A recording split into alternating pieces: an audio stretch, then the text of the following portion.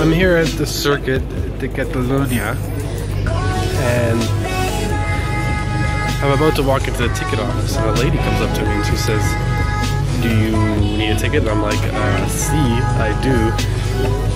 100 euros, she says, and I'm like, I was gonna get a general ticket, which I thought were a lot cheaper.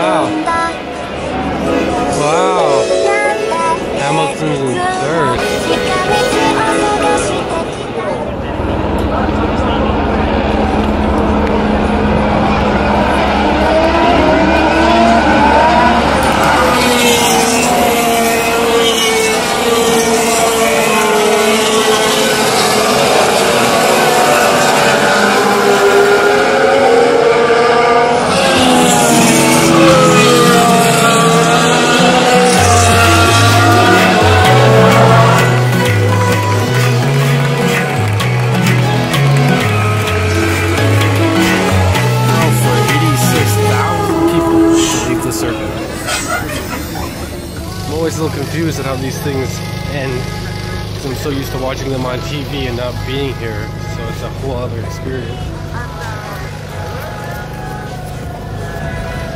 He knows what he's doing.